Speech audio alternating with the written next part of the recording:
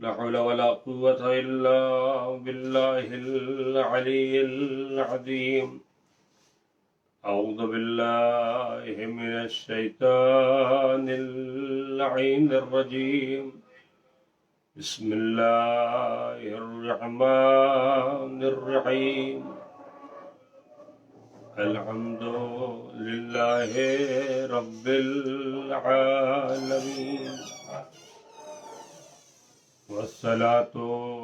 والسلام والتحية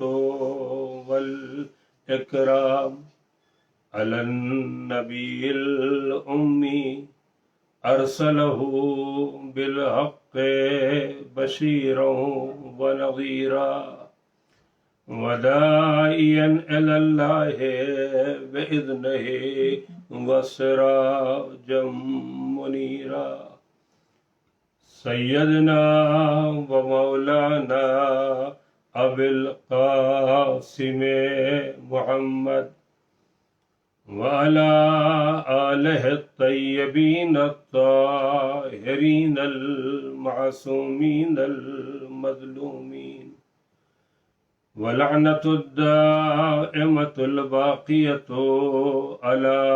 أعدائهم وغاصب حقوقهم ومنكر فضائلهم أجمعين. أما بعد، فقد قال مولانا علي ابن أبي طالب صلوات الله عليه وعليهم أجمعين. بسم الله الرحمن الرحيم. فزت برب الكعبة. صلوات محمد اللهم صل. اذان محترم، الہ آباد عزاداری.com کے زیر اہتمام یہ خمسہ مجالس کی دوسری مجلس ہے جو شہادت مولا کائنات امیر المومنین علی ابن ابی طالب علیہ السلام کی مناسبت سے منعقد کی جا رہی ہے. آج کچھ باتیں فضائل مولا کائنات سے متعلق آپ حضرات کی خدمت میں گزارش کرنا ہے. کسی انسان کی زندگی پر اگر کوئی آدمی نگاہ ڈالنا چاہے، اس کے فضائل و مناقب کا اگر احاطہ کرنا چاہے، تو اگر یہ انسان جس کے فضائل و مناقب کو بیان کرنے کا ارادہ کیا جا رہا ہے، اگر یہ انسان عام انسانوں میں اس کا شمار ہوتا ہے تو اس کے فضائل و مناقب کو احاطہ کرنا امکان پذیر ہے. لیکن اگر یہ ذات مولا کائنات جیسی ذات ہو تو اس کے فضائل و مناقب کا احاطہ کرنا کسی عام انسان کے بس کی بات نہیں ہے. یہ وہ ذات ہے جس کے فضائل کو اگر جمع کرنا چاہے تو سمندر روشنائی بن جائے، ساری کائنات کے شجر اور درخت قلم بن جائیں، اور ساری کائنات ہستی کاغذ بن جائے، اور اس کے بعد اس ذات والا صفات کے کمال و فضائل کو اگر احاطہ کیا جائے تب بھی ممکن نہیں ہے، امکان پذیر نہیں ہے. لہذا نہ کوئی خطیب، نہ کوئی ذاکر، نہ کوئی عالم، نہ کوئی فاضل اس ذات والا صفات کے فضائل و مناقب کو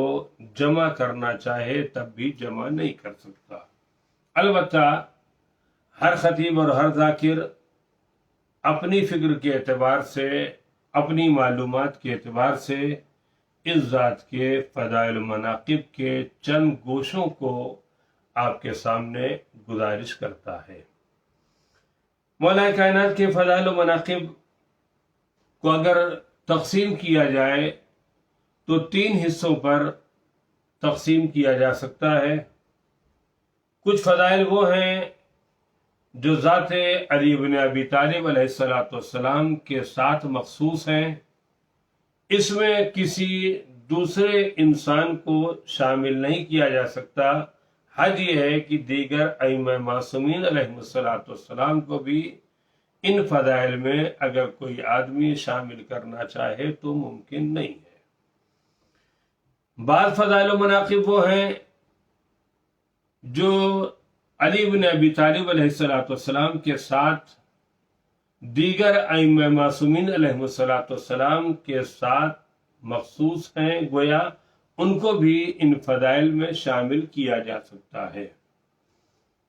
تیسرا مرحلہ آتا ہے اور وہ مرحلہ یہ آتا ہے کہ کچھ فضائل علی کے ساتھ مخصوص، کچھ فضائل و مناقب وہ ہیں جو اہل بیت کے ساتھ شامل حال ہیں، اور کچھ ایسی باتیں ہیں جسے آل محمد علیہ السلام نے یا مولا کائنات نے اپنے چاہنے والوں سے مطالبہ کیا ہے، اپنی تعلیمات کے ذریعے ان سے فرمائش کیا ہے اور ان سے مطالبہ کیا ہے۔ ہماری صورتحال تھوڑا سا الگ ہے، اور وہ یہ ہے کہ ہم ان فضائل و مناقب کو بیان کر کے اپنے قلب و روح کو خوش کر لینا چاہتے ہیں جس کا تعلق ان ذوات مقدسہ سے ہے، لیکن وہ فضائل و مناقب یا وہ باتیں جو ائمہ معصومین علیہ السلام نے ہم سے اور آپ سے مطالبہ کیا ہے، ہماری کوشش ہوتی ہے کہ ہم ان کے قریب اور ان کا تذکرہ بھی ہمارے درمیان نہ ہو تو بہتر ہوگا۔ کیوں؟ اس لیے کہ اگر ان کا تذکرہ ہمارے درمیان ہوگا تو ایک علی کے چاہنے والے کو ان فضائل و مناقب کو اپنانا پڑے گا، ان کی تعلیمات کو اپنی زندگی میں داخل کرنا پڑے گا، اور جب داخل کرنا پڑے گا تو پھر ہر انسان کی زندگی محتاط ہو جائے گی، انسان کی زندگی کو اپنی زندگی کو پابند دین و شریعت قرار دینا پڑے گا۔ لہذا ہم وقتی طور پر اپنے قلوب کو، اپنے دلوں کو، اپنے خیالات کو روشن اور منور کر لینے کے اوپر اکتفا کرتے ہیں۔ تھوڑی سی باتیں کچھ ہو سکتا ہے کہ تلخ ہو جائیں اور کسی آدمی کو ناگوار گزر جائے، لیکن مسئلہ ناگوار ہونے اور خوش ہونے کا نہیں ہے۔ جو حقیقت ہے وہ میں آپ کے سامنے گزارش کروں گا، اس کے بعد فیصلہ آپ کو کرنا ہے کہ صحیح کہا یا غلط کہا۔ وہ اپنی جگہ پر مسئلہ اصلاح طلب ہوگا کہ کس کی اصلاح ہونا چاہیے اور کس کی اصلاح نہیں ہونا چاہیے۔ جہاں تک فضائل مولا کائنات کا تعلق ہے، نہ جانے کتنی فضیلتیں مولا کائنات کے ساتھ ہیں، جس میں آج تک علی ابن ابی طالب علیہ السلام کے بعد یا ان سے پہلے کوئی اس فضیلت میں شامل نہیں ہے۔ اگر میں ان فضائل کا تذکرہ کروں تو میں مولا کائنات کی زندگی کی ابتدا سے ان فضائل کو آپ کے سامنے گزارش کرنا چاہتا ہوں، تاکہ میرے بچوں اور میرے نوجوانوں کو یہ پتہ رہے کہ یہ فضیلت وہ ہے جو تنہا ذات علی ابن ابی طالب علیہ السلام کے ساتھ مخصوص ہے۔ مثال کے طور پر پہلی فضیلت، اور اس فضیلت کے اوپر بھی آج دنیا اسلام پردہ ڈالنے کی کوشش کر رہا ہے اور یہ کہہ رہا ہے کہ فضیلت تنہا علی کے ساتھ نہیں ہے اور علی بھی اس فضیلت کے اوپر گویا فائد نہیں ہے۔ وہ فضیلت کون سی ہے؟ پہلی فضیلت جو پروردگار عالم نے مولا کائنات کو عطا فرمایا ہے، وہ پہلی فضیلت ہے کہ خانہ کعبہ میں مولا کائنات سے پہلے یا مولا کائنات کے بعد سوائے مولا کائنات کے خانہ کعبہ میں کوئی اور پیدا نہیں ہوا۔ نہ انبیاء میں کوئی پیدا ہوا، نہ مرسلین میں کوئی پیدا ہوا، نہ ائمہ میں کوئی پیدا ہوا، نہ خواص میں کوئی پیدا ہوا، نہ عوام میں کوئی پیدا ہوا۔ حد یہ ہے کہ جناب ابو طالب کے 4 اولادیں ہونے کے بعد یہ چاروں اولادیں جناب ابو طالب کی ہیں، لیکن جناب ابو طالب کی اولادوں میں پروردگار عالم نے جو فضیلت علی بن ابی طالب کو دیا، یعنی اس سے پہلے نہ جناب طالب، نہ جناب جعفر، نہ جناب عقیل، کوئی ایک اولاد ایسی پیدا نہ ہوئی جسے پروردگار عالم خانہ کعبہ کے اندر پیدا کرتا۔ اب یہاں سے ایک بات قابل غور ہے، اور وہ یہ ہے کہ جب فضیلت کے مرحلے میں علی بن ابی طالب کا بھائی ہونے کے باوجود بھی یہ تینوں بھائی علی بن ابی طالب کے برابر اور ہم پلہ آ کر کے نہیں کھڑے ہو سکتے ہیں، تو امت محمدی میں اور مسلمانان عالم میں کون ایسا آدمی پیدا ہو سکتا ہے جو علی بن ابی طالب کے اس فضائل و مناقب میں ان کے ہم پلہ ہو سکے؟ کوئی ایک ایسا آپ کو تاریخ اسلام میں نہ ملے گا جو اس فضیلت میں مولا کائنات کے شامل حال رہا ہو۔ اب اسی فضیلت کو اگر تھوڑا سا اور وسعت دیا جائے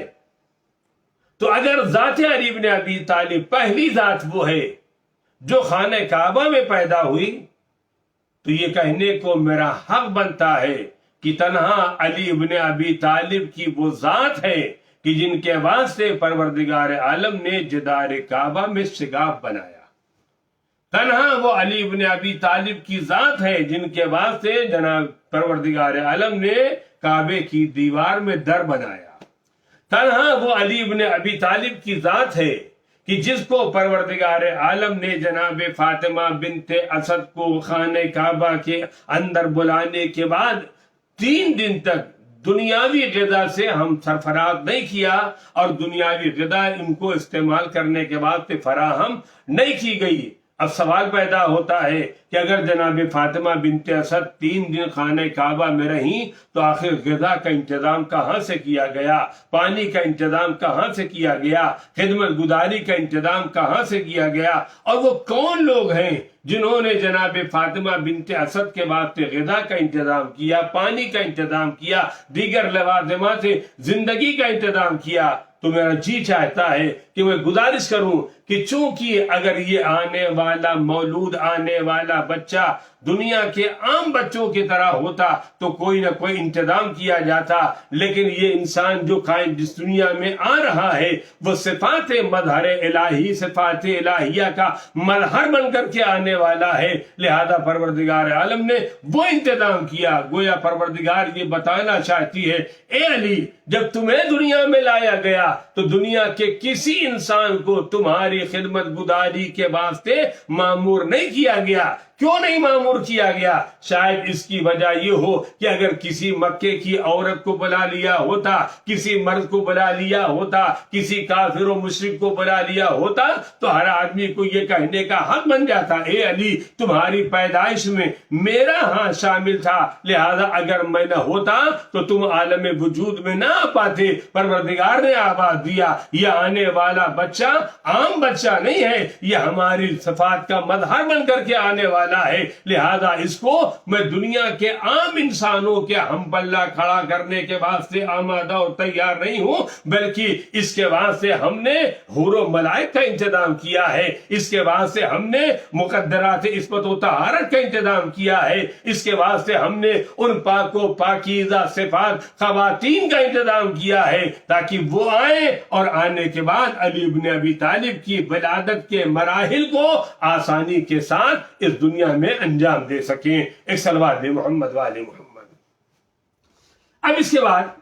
مولا کائنات کے صفات و کمالات میں جس میں تنہا علی بن ابی طالب کی ذات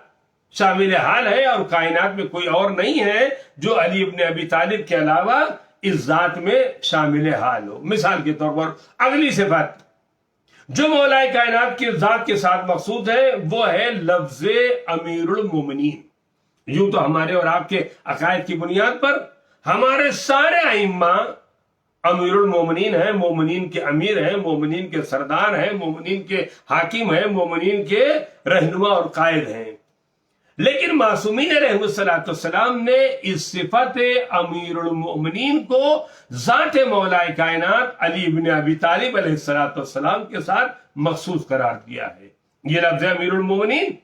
کسی اور کے ساتھ استعمال نہیں کیا جاتا، بلکہ یہاں تک کہا گیا ہے کہ اگر کوئی آدمی اس صفت کو، اس لفظ کو کسی اور کی طرف استعمال کرتا ہے تو وہ غاصب شمار ہوگا۔ اب عالم اسلام اگر اس لفظ کو کسی اور کے ساتھ استعمال کر رہا ہے تو پہلے اس کی زندگی کا جائزہ لیا جائے، پہلے اس کے کردار کو دیکھا جائے، پہلے اس کے صفات و مناقب کو دیکھا جائے کہ آیا یہ لفظ امیر المومنین اس ذات کے ساتھ آیا مطابقت کرتا ہے یا نہیں کرتا ہے، آیا اس آدمی کے بارے میں کہا جا سکتا ہے یا نہیں کہا جا سکتا کہ یہ مومنین کا سردار ہے۔ مومنین کا سردار وہی ہمارا اور آپ کا سردار وہی بن سکتا ہے جس نے کبھی کفر کے سامنے اپنی پیشانی کو نہ جھکایا، کبھی بتوں کے سامنے اپنی پیشانی کو نہ جھکایا ہو، کبھی اہل غیرے کے سامنے اپنی پیشانی کو نہ جھکایا ہو۔ اگر اہل غیروں کے سامنے اپنی پیشانی کو جھکا رہا ہے تو ایسے انسان کو امیر المومنین نہیں کہا جا سکتا ہے۔ اب آج ساری دنیا ایک ذات کے اوپر بڑی بحث کر رہی ہے کہ یہ بھی امیر المومنین ہے۔ ایسا امیر المومنین جو علی کے مقابل میں آ کر کے کھڑا ہونے کی ہمت اور جرت پیدا کرتا ہو، یا عالم اسلام کو مبارک ہو۔ ہمیں ایسا کوئی امیر المومنین نہیں چاہیے، ہمیں امیر المومنین تو ویسا امیر المومنین چاہیے جو دنیا میں بھی حاکم ہو اور کائنات میں بھی حاکم ہو، اور اس دنیا سے جانے کے بعد اس دنیا میں بھی حاکم ہو، اور جسے امیر المومنین کا لقب گویا اپنے گھر کا لقب نہ ہو، جسے پیغمبر اسلام نے یہ لقب سے نوازا ہو۔ ایک صلوات بھی محمد والی محمد۔ اب اس کے بعد اگر بات کو آگے بڑھایا جائے تو بہت سارے صفات و کمالات ہیں۔ مثال کے طور پر باغ غدیر، یہاں پر جو آیت کریمہ نازل ہوئی ہے میدان غدیر میں، اور پیغمبر اسلام نے غدیر کے میدان میں جو جس ذات کی ولایت و وصایت کا اعلان کیا، یہ ذات مولا کائنات امیر المومنین ہے، اس میں کسی اور کا شمار نہیں ہے۔ لہذا بہت سارے صفات و کمالات قرآن مجید کا اگر آپ جائزہ لیں اور مطالعہ کریں تو آپ کو اندازہ ہوگا نہ جانے کتنی آیات کریمہ جو پروردگار عالم نے قرآن مجید میں جس کو جگہ دیا ہے، اگر اس کا مصداق تلاش کیا جائے تو آپ کو اندازہ ہوگا کہ اس کا مصداق سوائے ذات علی بن ابی طالب کے کوئی اور ذات نہیں ہے۔ مثال کے طور پر رکوع میں زکوٰۃ دینے والا سوائے علی بن ابی طالب کے کوئی اور نہیں ہے، نہ کوئی انبیاء میں ہے، نہ کوئی مرسلین میں ہے، نہ کوئی ائمہ میں ہے، تنہا ذات علی بن ابی طالب علیہ السلام ہے جس نے حالت رکوع میں گویا ایک وقت میں 2 عبادتوں کو انجام دیا ہے، نماز بھی پڑھ رہے ہیں، زکوٰۃ بھی دے رہے ہیں۔ اسی طریقے سے اگر آگے بڑھ کر کے دیکھا جائے تو پیغمبر اسلام کی رسالت کا کلمہ پڑھنے اور ان کی رسالت کا اعتراف کرنے والا پہلی ذات اگر مردوں میں تلاش کیا جائے گا تو سوائے مولا کائنات کے کوئی اور آپ کو ملنے والا نہیں ہے۔ مولا کائنات کے صفات و کمالات میں ایک طرف اور اشارہ کر کے میں بات کو تھوڑا سا اور آگے بڑھانا چاہتا ہوں، اور وہ یہ ہے کہ مولا کائنات کہ شرف میں سب سے بڑا شرف یہ ہے کہ جب پروردگار عالم نے ہمارے اور آپ کے نبی کو جناب فاطمہ زہرا سلام اللہ علیہا جیسی بیٹی عنایت فرمایا، اور یہ بیٹی پرورش کے مرحلے میں اس مرحلے پر آ گئی جہاں پر ایک باپ اپنی بیٹی کی شادی کے مرحلے کے بارے میں سوچنے پر آمادہ ہوتا ہے تو پیغمبر اسلام نے مولا کائنات کے بارے میں جو کلمہ ارشاد فرمایا ہے وہ کلمہ تنہا کلمہ اور جملہ نہیں ہے کہ فرط محبت کی بنیاد پر گویا پیغمبر نے کسی آدمی کے بارے میں کہہ دیا۔ مولا کائنات کے سلسلے میں پیغمبر فرماتے اگر علی نہ ہوتے تو میری بیٹی فاطمہ کا کوئی کفو نہ ہوتا، کوئی ہمسر نہ ہوتا۔ گویا اس فضیلت کے اس باب میں آنے کے بعد علی بن ابی طالب کا کوئی ثانی نہیں ہے کہ علی نہ ہوتے تو ان کے ساتھ شادی ہو جاتی، وہ نہ ہوتے تو ان کے ساتھ شادی ہو جاتی، وہ نہ ہوتے تو ان کے ساتھ شادی ہو جاتی۔ اور ایسا نہیں ہے کہ پیغام دینے والوں کی کوئی کمی تھی، پیغام دینے والے نہ جانے کتنے پیدا ہوئے جنہوں نے مرسل اعظم کی بارگاہ میں آنے کے بعد اس بات کا اظہار کیا کہ میں آپ کی بیٹی سے شادی کرنا چاہتا ہوں، لیکن پیغمبر اسلام نے یہ کہہ کر کے ہر رشتے کو رد کر دیا کہ جو حکم پروردگار ہوگا تو میں اپنی بیٹی کا رشتہ طے کروں گا۔ اور جب جبریل امین نے آ کر کے کہہ دیا زوج النور بالنور، میرے پیغمبر آپ نور کے رشتے کو نور سے منسلک کر دیجئے، تو گویا پیغمبر نے اپنی بیٹی کا رشتہ، ایک طرف یہ نور تھا دوسری طرف وہ نور تھا، اب آپ اندازہ لگائیں جب دو نور ایک جگہ پر جمع ہو جائے گا تو اس نور سے جب نسل آگے بڑھے گی تو یہ حق بنتا ہے کہ جب نسل آگے بڑھے گی تو حسن و حسین جیسے دو امام بندر عام پر آئیں گے۔ عزیزان محترم، اس کے علاوہ بہت سارے فضائل و مناقب ہیں جس میں علی بن ابی طالب علیہ السلام کے ساتھ دیگر ذوات مقدسہ بھی شامل حال ہیں۔ آئے تطہیر تنہا مولا کائنات کی شان میں نازل نہیں ہوئی ہے، آئے مباہلہ تنہا مولا کائنات کی شان میں نازل نہیں ہوئی۔ بہت سارے فضائل و مناقب کے دروازے ہیں جہاں پر دیگر ائمہ معصومین علیہ السلام کم از کم پنجتن پاک بہرحال شامل ہیں، لیکن بعض جگہ پر پروردگار عالم نے علی کے فضائل و مناقب کو دنیا کے دیگر ذوات مقدسہ سے الگ رکھا ہے۔ اب جو میں مختصر سے وقت میں جو باتیں آپ کے سامنے گزارش کرنا چاہتا ہوں، اور وہ یہ ہے، اتنے سارے فضائل و مناقب کا حامل انسان جس کے اندر فضائل جا کر کے تمام ہو جاتے ہیں، جس کے بعد فضیلت کا گوشہ اگر کوئی آدمی نکالنا چاہے اور یہ کہنا چاہے یہ فضیلت نعوذ باللہ علی ابن ابی طالب کے اندر نہیں تھی، یہ فضیلت فلاں آدمی کے اندر، یہ کمال علی ابن ابی طالب کے اندر نہیں، یہ کمال فلاں آدمی کے اندر، تو کوئی آپ کو دوسرا انسان ملنے والا نہیں ہے۔ جتنی بھی فضیلتیں آپ کو اس کائنات میں ملیں گی، اگر فضائل کیوں اس کی آخری حد تک پہنچا کر کے انسان کو سکون حاصل کرنا ہے تو ہر فضیلت کو در علی پر لے جا کر کے تمام کرنا پڑے گا۔ کوئی فضیلت ایسی نہیں ہے جو علی بن ابی طالب کے ساتھ مخصوص نہ ہو یا جو علی بن ابی طالب کی ذات کے اوپر جا کر کے تمام نہ ہو۔ اب سوال پیدا ہوتا ہے، یہاں سے تھوڑی سی گفتگو میں آپ حضرات کی خدمت میں وہ ایک پیغام کے طور پر پیش کرنا چاہتا ہوں۔ ہم اور آپ علی بن ابی طالب کے فضائل و مناقب کو بیان کر کے وقتی طور پر اپنے دل کو تو خوش کر لیتے ہیں، نعرہ بھی لگ جاتا ہے اور طرح طرح کے نعرے لگنے لگے ہیں، دونوں ہاتھوں کو بلند کر کے اپنے خون کی طہارت کا اعلان کیا جائے۔ نعوذ باللہ، اگر کسی آدمی نے دونوں ہاتھوں کو بلند نہیں کیا تو کیا نعوذ باللہ کیا اس کا خون طیب و طاہر اور پاک و پاکیزہ نہیں ہے؟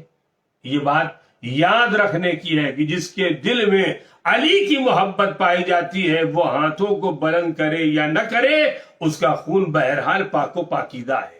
معیار علی کی محبت ہے، معیار علی کی الفت ہے، معیار علی کی چاہت ہے، معیار ہاتھوں اور پیروں کا بلند کر دینا نہیں ہے، بلکہ یہ دیکھا جائے کہ اس کے اندر علی کی محبت پائی جا رہی ہے یا نہیں پائی جا رہی، اور علی کی محبت تنہا زبانی طور پر پائی جا رہی ہے یا واقعاً علی ابن ابی طالب کی محبت اس کے دل میں پائی جا رہی ہے۔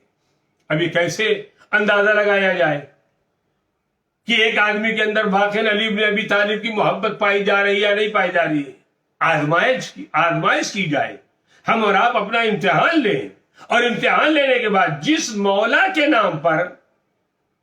جس علی بن ابی طالب کے نام پر ہم دونوں ہاتھوں کو بلند کر کے بآواز بلند نعرہ لگاتے ہیں،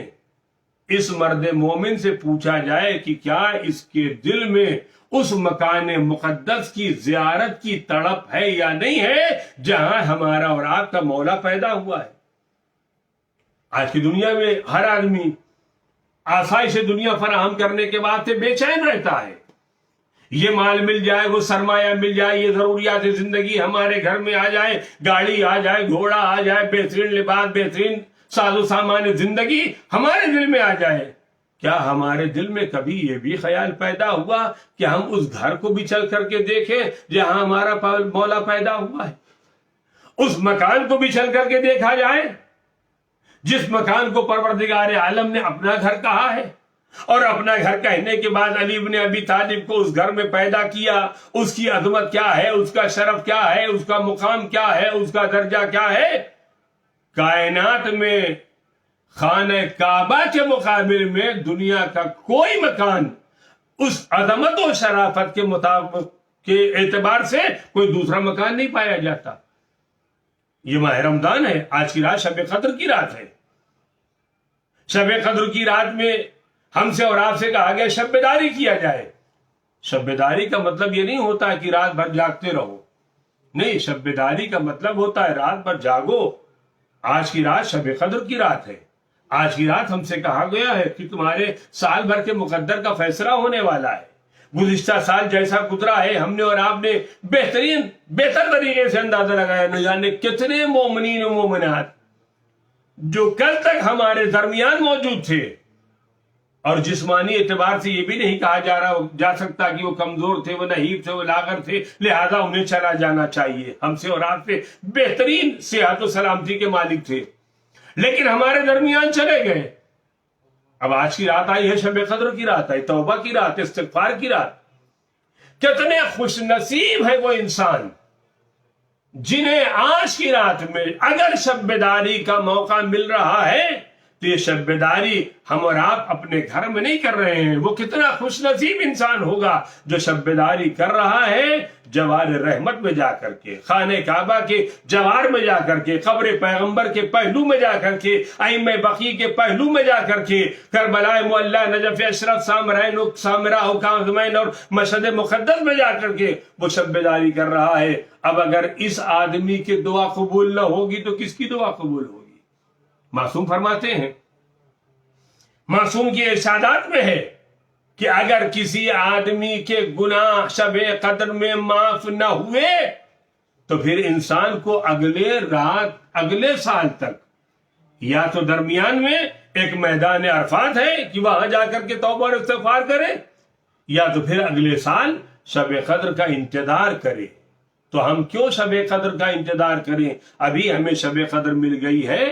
لہذا ہم کیوں نہ اللہ کی بارگاہ میں حاضر ہوں. جس مولا کا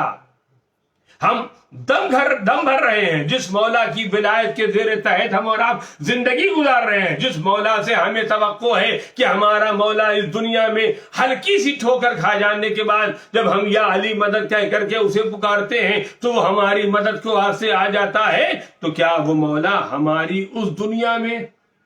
صراط پر جانے کے بعد، قبر کی تنہائی میں جانے کے بعد، مشکلات میں گرفتار ہو جانے کے بعد، کیا وہ ہمارا مولا ہماری مدد نہ کرے گا؟ یقیناً ہماری مدد کرے گا. ہماری مدد نہ کرے گا تو پھر کس کی مدد کرے گا؟ لیکن شرط ہے کہ جس طریقے سے مولا کو مولا ماننا چاہیے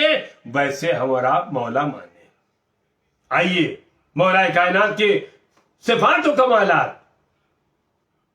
ان کے خصلت و عادت کے اوپر نگاہ کیا جائے. یہی ماہ رمضان جب مولا کائنات کے درمیان آتا تھا تو تاریخ کہتی ہے کہ مولا کائنات شب کے سناٹے میں مسجد کوفہ میں بیٹھ کر کے اللہ کی بارگاہ میں مناجات کیا کرتے تھے. مفاتیح الجنان میں شیخ عباس قمی علیہ الرحمہ نے مناجات امیر المومنین کا حوالہ دیا ہے. بہت زیادہ طولانی بھی نہیں ہے، تقریباً 2 یا 2.5 صفحے 3 صفحے کی ہوگی. اس دعا میں مولا کائنات نے جن مطالب کی طرف اشارہ کیا ہے، پروردگار تو خالق ہے، تو عالم ہے، تو رازق ہے. اب اگر اپنے بندوں پر رحم اگر کرنے والا کوئی ہے تو سوائے خالق کے بندوں پر رحم کرنے والا کون ہے؟ سوائے مالک کے بندوں پر کرم کرنے والا کون ہے؟ سوائے آقا کے غلاموں کے اوپر نیک برتاؤ کرنے والا کون ہے؟ ایسے الفاظ سوائے ائمہ معصومین علیہ السلام کے کوئی اور ہمیں اور آپ کو تعلیم نہیں دے سکتا ہے. کبھی ہم اور آپ شب قدر میں ہو، شب قدر کے پہلے یا شب قدر کے بعد بیٹھ کر کے ہم اور آپ ان دعاؤں کی تلاوت کریں، اور دعاؤں کی تنہا تلاوت نہ کی جائے بلکہ ان دعاؤں کے مطالب اور ان دعاؤں کے مفاہیم پر ہم اور آپ نگاہ رکھیں تاکہ ہمیں اندازہ ہو کہ ہمارا مولا اللہ کی بارگاہ میں حاضر ہونے کا ہمیں اور آپ کو سلیقہ کیا دے رہا ہے، سکھا کیا رہا ہے. اگر وہ سلیقہ ہمارے اندر آ جائے تو گویا ہم صحیح معنوں میں اپنے مولا کے غلاموں میں ہمارا شمار ہوگا. اور اگر ہم اپنے اور آپ کو یہی خیال کریں کہ ہم تو خطا کار کہاں ہیں، ہم تو گنہگار کہاں ہیں، یہی وجہ ہے کہ جب شب قدر میں دعاؤں کا سلسلہ شروع ہوتا ہے اور ایک بندے سے کہا جاتا ہے کہ آپ حضرات اعمال کے درمیان اپنے اپنے ہاتھوں کو بلند کر کے اللہ کی بارگاہ میں اپنی اپنی حاجتوں کو طلب کریں، اپنی اپنی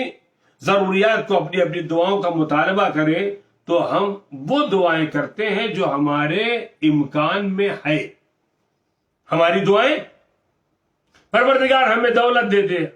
پروردگار ہمیں مقام دے دے، پروردگار ہمیں منصب دے دے، پروردگار ہمیں یہ دے دے، ہمیں وہ دے دے، وہ دے دے، وہ دے دے. کسی عالم دین نے بہت ہی اچھا جملہ کہا، اللہ کی بارگاہ میں حاضر ہونے کے بعد اپنی دعاؤں میں ان دعاؤں کا مطالبہ کرو جو کوئی بندہ پورا نہ کر سکتا ہو. دولت کا مطالبہ، کسی کو ہمارے حال پر رحم آ جائے گا، وہ ہم کو دولت دے دے گا، مطالبہ ہمارا یہاں پورا ہو جائے گا. منصب کا مطالبہ، کسی کو ہماری کوئی ادا پسند آ جائے گی، ہم کو منصب مل جائے گا،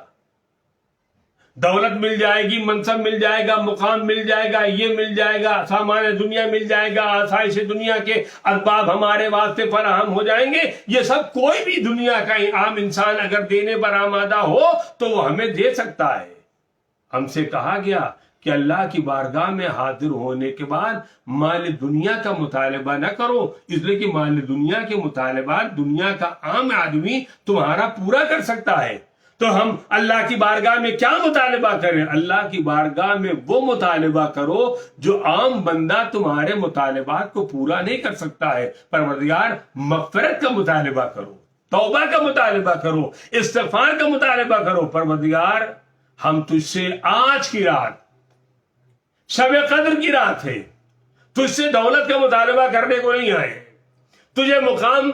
آسائش دنیا کے اسباب کا مطالبہ کرنے کو نہیں آئے ہیں. پروردگار تجھ سے تنہا ایک مطالبہ ہے کہ تیری بارگاہ میں حاضر ہوئے ہیں، اپنے علاوہ کسی دوسرے کا محتاج نہ بنانا، اپنے علاوہ کسی کے دروازے پر ہمیں بھیج نہ دینا. معصومین فرماتے ہیں پروردگار اگر تو ہمارے حال پر کرم نہ کرے گا تو کون کرے گا؟ پروردگار ہم تجھ سے اپنے گناہوں کی معافی کے خواستگار ہیں، تجھ سے مانگو گناہوں کی، اپنے گناہوں کی توبہ کرنے کے واسطے آئے ہیں. کون سا گناہ؟ خدایا اگر ہمارے ان گناہوں کی خبر ہمارے ماں باپ،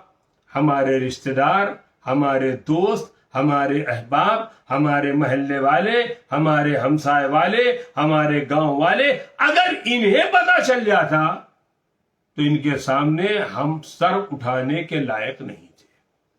لیکن پروردگار یہ تیرا کرم ہے، یہ تیرا لطف ہے، یہ تیرا احسان ہے کہ سب کچھ جاننے کے بعد بھی ہمیں رسوا نہیں کیا، سب کچھ جاننے کے بعد بھی ہمیں ذلیل نہیں کیا. ہمارے گناہوں کو پتہ رکھا، ہمارے گناہوں سے باخبر رہا، لیکن اس کو اپنی ذات تک محدود رکھا. ہمارا لاکھوں سلام ہو اپنے پروردگار کے اوپر. ہم اس مرحلے پر آنے کے بعد اپنے پروردگار کی بارگاہ میں اپنی پیشانی کو جھکائے ہوئے ہیں. پروردگار آج کی رات شب قدر کی رات ہے، ہم توبہ کے واسطے آئے ہیں، ہم استغفار کے واسطے آئے ہیں، ہم اپنے گناہوں کی معافی کے واسطے. کون سا گناہ؟ ہمارے گناہ، ہماری زندگی کا عالم تو یہ ہے کہ ہم اپنے گناہوں کو فراموش کر بیٹھے ہیں. گناہ ہم نے کیا، کچھ گناہ ایسے ہیں جو کرنے کے بعد ہمیں پتہ ہے، اور کچھ گناہ ایسے ہیں جنہیں کرنے کے بعد ہم نے فراموش کر دیا. عزیزان محترم، یہ ماہ رمضان کی راتیں ہم سے اور آپ سے کچھ مطالبہ کرتی ہیں. مولائے کائنات کی سیرت کو اپنانے کے واسطے، مولائے کائنات کے پیغامات کو اپنی زندگی میں داخل کرنے کے واسطے ہمارے اندر یہ جرأت پیدا ہونا چاہیے، ہمارے اندر یہ ہمت پیدا ہونا چاہیے کہ علی بن ابی طالب کے بتائے ہوئے راستوں کو اپنی زندگی میں داخل کیا جائے. کتنا سخی تھا ہمارا مولا، کتنا کریم تھا ہمارا مولا، کتنا مہربان تھا ہمارا مولا. کوفے کے یتیموں، کوفے کے بیواؤں، کوفے کے ان افراد کا جن کا کوئی سرپرست نہیں تھا، ان کے ساتھ علی بن ابی طالب کا برتاؤ کیا تھا، اپنے خادموں کے ساتھ برتاؤ کیا تھا. ہم اور آپ اپنے ملازم، اپنے خادم، اپنے نوکر، اپنے گھر میں کام کرنے والوں کے ساتھ جب برتاؤ کرتے ہیں اور ہمیں یہ خیال پیدا ہوتا ہے ایام عید آ رہا ہے لہذا چل کر کے بازار سے اپنے واسطے لباس لے لیا جائے، اپنے گھر میں کام کرنے والوں کے واسطے لباس لے لیا جائے، تو ہمارے لباس کا عنوان اور ہوتا ہے، ہمارے گھر کے خادموں کے واسطے جو لباس خریدا جاتا ہے اس کا درجہ کچھ اور ہوتا ہے۔ ہماری جان قربان ہو جائے مولا کائنات کے اوپر جنہوں نے ہمیں اور آپ کو یہ درس دیا ہے، یہ پیغام دیا۔ جب لباس خریدنے کے واسطے دکان پر پہنچے تو اپنے واسطے معمولی لباس اور اپنے غلام کے واسطے اچھا لباس، غلام نے بڑھ کر آواز دیا مولا میں آپ کا غلام ہوں، یہ میرے واسطے قیمتی اور اپنے واسطے حقیر لباس۔ تو مولا کائنات نے اپنے غلام کی دلجوئی کرنے، حوصلہ افزائی کرنے کے واسطے تمہاری عمر ہے ابھی لباس پہننے کی لہذا تم یہ پہنو۔ ہم غریبوں کے ساتھ، ناداروں کے ساتھ، مفلسین کے ساتھ اظہار ہمدردی کرتے ہیں، لیکن کہیں نہ کہیں ہمارے اندر تساہلی پائی جاتی ہے، کہیں نہ کہیں ہمارے اندر کوتاہی پائی جاتی ہے اور فوقیت کا درجہ ہمارے اندر پایا جاتا ہے۔ عزیزان محترم، میں اپنی بات کو تمام کرتے ہوئے ایک گزارش آپ تمامی حضرات سے کرنا چاہتا ہوں، مولا کائنات کی صف ادا بچھانے سے پہلے ہمیں اپنے علاقے کے غریب و نادار کی خبر گیری کرنا پڑے گا۔ کہیں ایسا تو نہیں ہے کہ ہمارے علاقے میں کوئی غریب رہ گیا ہو، کوئی نادار رہ گیا ہو، کوئی مفلس رہ گیا ہو؟ شاید ہی وجہ ہے جب مولا کائنات سربراہ عالم اسلام بنے تھے، اس کے بعد لوگوں کے ذہن میں خیال پیدا ہوا تھا کہ جو عام حالات میں سربراہوں کا حال ہوتا ہے، دربار ہوگا، بہترین پردے ہوں گے، بہترین قالین ہوگی، بہترین کھانے پینے کا انداز ہوگا،